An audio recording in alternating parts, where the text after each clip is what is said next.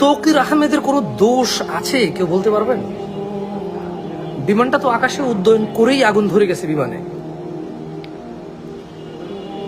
একটা বাসের ড্রাইভার যদি 120-30 গতিতে বাস চালায়, সিগারেট টানে, মদ খায়, ডানে তাকায় বামে তাকায়, বান্ধবীর সাথে মোবাইলে কথা বলে, অ্যাক্সিডেন্ট হইলে আমরা বলবো বাসের ড্রাইভারের দোষ। কিন্তু একটা 100 বছর, 50 বছর, 80 বছর পুরনো একটা বাসের মধ্যে বসছে, যার ইঞ্জিনে কাট কাট কাট করে সাউন্ড করে, শব্দ করে, শুধু বডি টুকুর অংশং করে দিয়ে দিছে, ব্রেক কাজ করে না বা করে না, মাত্র নতুন ঠিক করছে, ইঞ্জিন অয়েল ঠিক করছে, বাসের মানে কি একটা যা তা অবস্থা। তারপরে আবার বাসের এখানে টেস্ট ড্রাইভ চলতেছে যে তুমি 80 কিলোমিটার বেগে চলতে হবে, তুমি ঢাকা শহরের অমুক রাস্তা দিয়ে চলতে হবে, এছাড়া তোমার কাছে পরীক্ষা দেওয়ার কোনো রাস্তা নাই।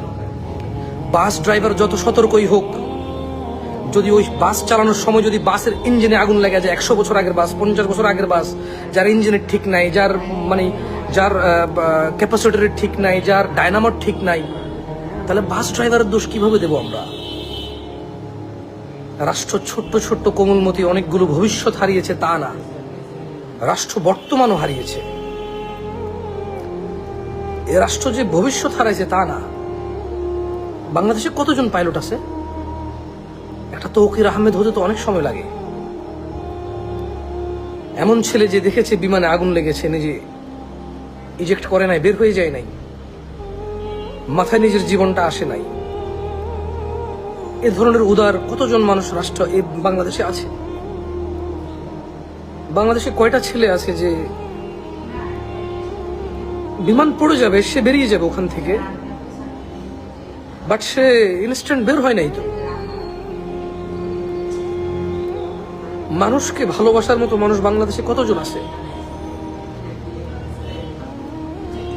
যারা ওই স্কুলে খুবই নির্মমভাবে আহত এবং নিহত হয়েছে? তারা তো জানতো না কিভাবে বাঁচবে, উপায় নাই, তারা জানতো না যেটা পড়ে যাবে। যখন বিমানে আগুন লাগছে, তৌকির আহমেদ তো এটা জানতো, এখান থেকে কিভাবে ইজেক্ট হয়ে বের হয়ে চলে যাওয়া যায়। তৌকির আহমেদ নিশ্চয়ই এই ট্রেনিং পেয়েছিল, সে চেষ্টা করেছে যাতে কোনো জনবহুল এলাকায় না পড়ে, হয়তো আল্লাহু আলাম, আল্লাহ ভালো জানে।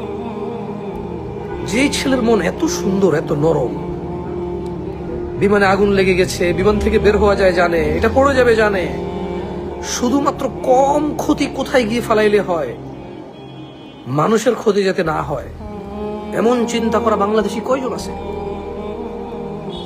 ছোট ছোট বাচ্চাগুলো তো জানতো না how to save there selves, তারা জানতো না যে কিভাবে আমরা বাঁচবো।